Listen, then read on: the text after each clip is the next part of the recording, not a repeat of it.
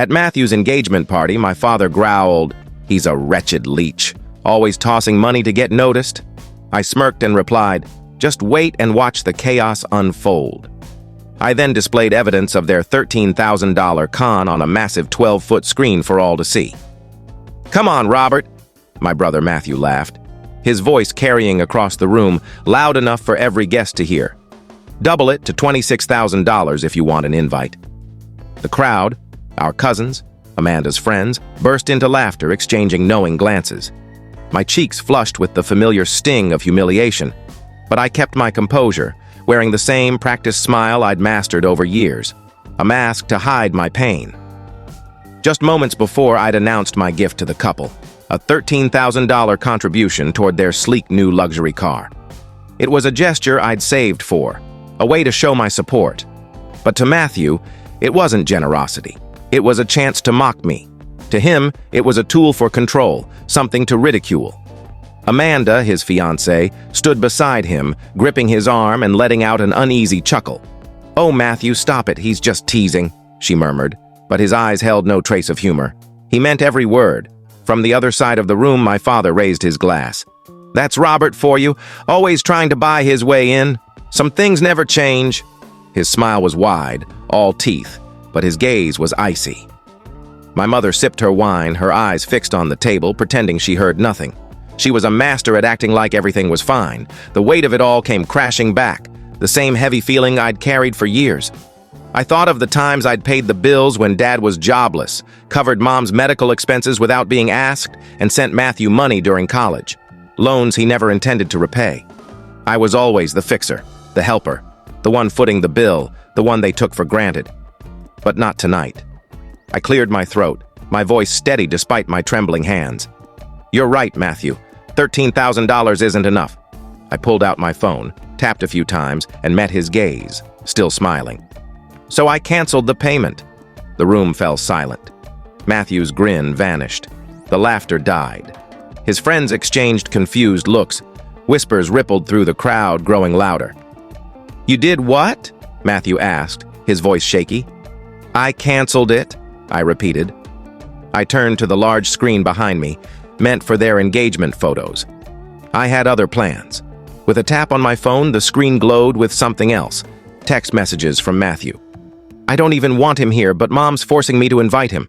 Don't worry. Once he sends the car money, we'll ditch him again. He's pathetic. I'd almost feel bad, but free cash is free cash, right?" The room wasn't just quiet. It was suffocating. Matthew's face drained of color. Amanda released his arm, her jaw dropping. Whispers turned to gasps, then silence again. "Robert?" my mother said softly, reaching out as if she could stop it, as if she could erase what everyone saw. But I wasn't done, not this time.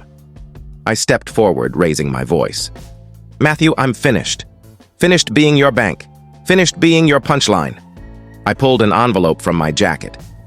"This is your 30-day notice. You and Amanda have until the end of the month to leave my apartment." Matthew's eyes widened. "You can't do this," he stammered. "You can't just—" "I can, and I am." I placed the envelope beside their untouched champagne flutes. "Congratulations on the engagement," I said, letting my anger seep through. "But this is the last time you'll use me." I walked away, leaving behind the stunned silence of 40 guests, their perfect party shattered in moments. I wish I could say it ended there, that they felt remorse and backed off. But people like my family don't fade quietly. They regroup. They strike back. The next morning, my phone buzzed before I was even out of bed. A message from my mother. "How could you humiliate us like that, Robert?" "We're family." I didn't respond. 10 minutes later, another. "Your brother's devastated. Amanda's family is livid. Fix this. Apologize." By the time I brewed my coffee, my phone was a war zone. Missed calls from Dad. A barrage of texts from Matthew, swinging from pleading to vicious. "You ruined everything. You're a bitter coward. I'll never forgive you." I stayed silent, and that only fueled their fire. When ignoring them didn't work, they took it public. My mother posted on Facebook, "Family isn't just blood. It's loyalty." Some need to learn that. Comments flooded in, relatives offering support, aunts and uncles dropping heart emojis. One person asked for details. Their comment vanished quickly. Matthew's friends piled on. His buddy Noah shared a story. Some people live to ruin others' happiness. Pathetic. Even Amanda joined in, posting a tearful photo on Instagram with the caption, "Betrayal cuts deepest from family." I stared at my screen, a cold fury building. But I held back. Not yet. That night, my phone rang. It was Amanda's brother, Frank, someone I hadn't spoken to in years but always liked. "Robert," he said, his voice tense. "I need the truth." What happened with Matthew? I hesitated, then laid it all bare. The money, the texts, Matthew's mockery, his bragging about using me. Frank was quiet, then said, "I knew it." Something was off. Amanda's defending him, but I found messages too. He's been flirting with 2 of her bridesmaids. I gripped the phone. "You're sure?" "Dead certain," Frank replied. "I'm done watching Amanda get played. I'm telling her everything." I didn't stop him. Why would I? Things unraveled fast. By morning, Amanda's Instagram was gone, her profile picture blank. Her Facebook disappeared too. The family group chat erupted. "Mom! Robert! What did you do? Amanda called off the engagement. Dad, this is too much. You've ruined Matthew's life." "Matthew, you're a liar and a cheater. I'll make you pay." But I didn't destroy anything. Matthew did. And I had proof. I opened my laptop and accessed the cloud account linked to my apartment's security camera, the one Matthew and Amanda lived in, thinking they were unwatched. I found the clip I needed. Matthew in the living room laughing with friends, a whiskey bottle in hand. "Robert's such a pushover," he chuckled, slurring slightly. "Thinks he's the big hero, paying for everything. He's a joke." One friend laughed. "He won't notice you spent his rent money on that watch, right?" Matthew grinned. "Even if he does, he'll complain, lecture me, then pay anyway. He always does." I saved the video, made a backup, and opened another folder, my records. Every payment I'd made for Matthew's rent, bills, and loans over 3 years, totaling over $54,000. I gathered it all, screenshots, bank statements, the video of Matthew mocking me. This wasn't about revenge, it was about exposing the truth, showing everyone the mask Matthew wore. Then my phone buzzed again. "Dad. You think you're a saint? You're nothing but a traitor." I read the message, and for the first time in years, smiled. I opened Facebook and typed, "Family isn't just loyalty, it's respect, and respect is earned." I attached the video of Matthew laughing, the texts, and the list of payments. Then I hit post. Comments exploded. Relatives tagged each other. Friends messaged, some shocked, others supportive. Frank liked the post and commented, "You did what was necessary." They needed to face reality. My family, though, lost it. Mom called, screaming so loud my ear ached. "How could you shame your brother like this?" Dad's text was barely coherent. "Take that post down or you'll regret it forever." Matthew kept calling, over and over. When I didn't answer, he texted, "You think this is over? You have no idea what I'm capable of." I leaned back, a strange calm settling in. They were coming for me, but I was ready. I'd already sharpened my blade. I was reading Dad's latest rant when Mom called again, her voice softer. "Robert, can we talk? Just us?" That old, heavy feeling tugged at me. "Talk about what? How I'm the villain now?" "No," she whispered. "I don't want to fight, please. I go to a yoga class nearby. There's a cafe next door. Can we meet?" Something in me agreed, maybe hoping for closure. "Fine, I'll be there." The yoga studio was serene, glass-walled, soft music playing. I saw Mom moving through poses, her face calm, as if the world hadn't just collapsed. My phone buzzed in my pocket, holding everything. The video, the texts, Matthew's cheating, Dad's threats. Mom emerged, smiling, dabbing her forehead with a towel. "Thank you for coming," she said. We entered the small cafe, green with hanging plants, soft music in the background. She ordered a smoothie. I got black coffee. "I'm glad you're here," she began, her voice gentle. "I want us to listen to each other to fix this." I leaned forward. "How do you mend something that was never whole?" "Please," she whispered, "don't do this. Matthew's hurting. And your dad, he's furious I'm not following his lead anymore." I cut in. "So you want me to apologize? Clean up his mess?" Her face paled. "It's not about sides, Robert. It's about family." I laughed, bitter and sharp. The family that mocked me, used me, then attacked me when I stopped playing along? Robert, please, her voice cracked. I just want peace. But the cafe door swung open and peace vanished. Matthew strode in, acting like he owned the place. Dad followed, his glare promising trouble. Mom's eyes widened.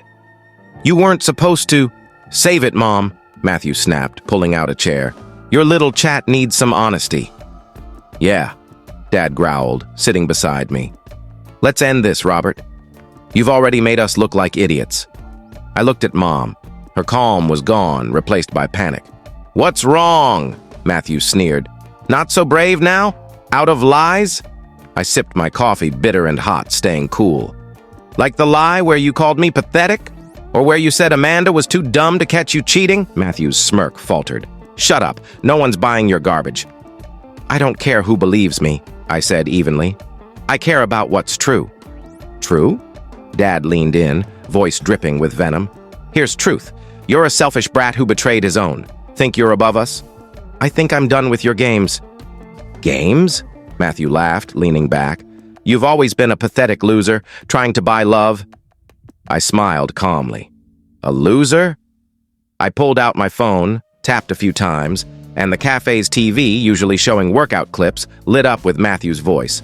Robert's so gullible. Thinks he's a hero, paying for everything. He's pathetic. The room froze. Heads turned. Mom gasped, hand over her mouth. The video continued, Matthew in my apartment, laughing with friends. Amanda? She's clueless. Thinks I'm marrying her. I've already got 2 bridesmaids on the side. Matthew lunged forward, red-faced. Turn it off, he roared. I held my ground. Don't come near me! I switched to screenshots, his texts calling me a cash machine, bragging about my money. Fake, he screamed. You doctored it. I didn't fake anything. I played an audio clip, Dad's voice. He's weak. Push him and he'll fold. He always does. Dad's face went ashen. You recorded that? You don't know how phones work, I said. Mom reached out, tears streaming. Robert, please stop. But I wasn't done. I turned to Matthew. You think you're clever? You're a coward who can't own his words. To Dad, you only care about control. That's over. To Mom, you never stood up for me. Not once. Stop, she sobbed. But the truth was out. Matthew's face twisted. You'll pay for this. You're so selfish. He lunged, but the cafe manager stepped in. Sir, leave, the manager said firmly. Matthew resisted, shouting, but the manager held firm. Dad tried to stand, legs shaky. This isn't how you treat family, Robert. It is, I said, staring him down, when family turns toxic. I grabbed my coat, pocketed my phone, and left. I didn't look back at their stunned faces or the chaos I'd unleashed. The cold air hit me, but for the first time in years, I breathed freely.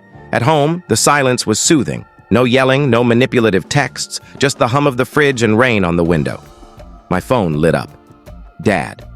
You've destroyed this family, Robert. This is on you. Mom. He's still your brother. Let it go. Matthew. You're weak, hiding behind others. This isn't over. You'll regret this forever. I sipped my cold coffee, feeling nothing but calm. They were right. It wasn't over, but it would be soon. I opened my laptop, pulling up my evidence folder, screenshots, payment logs, recordings, the video of Matthew gloating. I knew what came next. An hour later, I sat with Amanda. Not Matthew's ex, but an old college friend, now a brilliant lawyer. She reviewed my files, her expression shifting from curious to stunned to determined. This is airtight, Robert. We've got fraud and unjust enrichment here. Good, I said. I want every cent back. The lawsuit hit them like a storm. Mom called, frantic. Don't do this, Robert. We're family. We're not, I said firmly. Real family doesn't steal. I hung up. Dad tried threats. Think you're tough, suing your own family? The judge will laugh at you. He won't, I said calmly. You'll lose. Matthew tried bargaining. Fine, I'll pay you back. Drop the lawsuit. Let's fix this. I laughed. With what? The watch you bought with my rent money? Or the car you couldn't afford? His silence spoke volumes. In court, the truth hit hard. My lawyer laid out every payment. Rent, bills, loans totaling $58,000. We played the video of Matthew mocking me. He squirmed, pale and nervous. Mom sat in the gallery clutching a tissue, crying. Dad stared ahead, jaw tight. Matthew's lawyer argued, "I gave the money willingly," but my lawyer fired back. "There's a difference between helping a sibling and being manipulated and drained. This is exploitation." Then we played Dad's audio. Push him and he'll cave. He always does. The judge's face darkened. The ruling came. I fined for the plaintiff. Matthew Connor must repay Robert Connor $58,000 plus damages for emotional distress.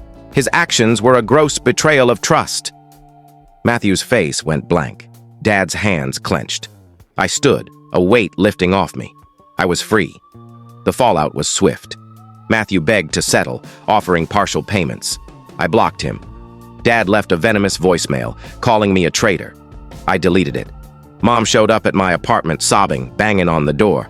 "Robert, don't cut us off. We can fix this." I watched through the peephole, then walked away. They spread lies through the family. Cousins sent vague texts, urging me to reconsider. I ignored them. I heard Matthew sold his fancy car to cover part of the debt.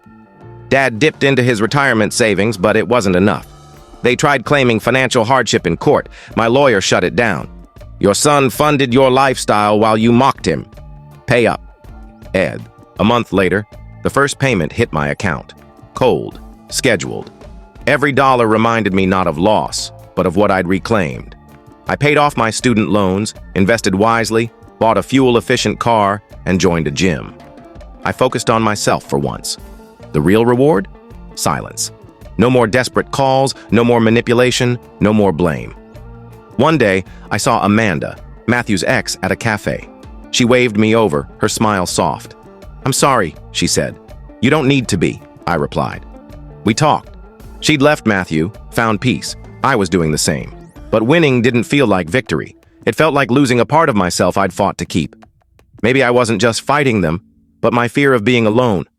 That night, in my quiet apartment, I opened my laptop and wrote, "Dear Robert, you are not a wallet, you are not a tool, you are not their savior, you are your own person, and now you are free." I saved the file, closed the laptop, and smiled. Outside, the rain fell softly. This time, it wasn't a storm. So, what are your thoughts on this story? Do you agree with what happened, or do you see it differently? Let us know your opinion in the comments. We'd love to hear from you. And if you enjoyed the video, make sure to give it a like, subscribe to the channel, and hit the bell icon so you don't miss any of our upcoming stories. See you in the next one.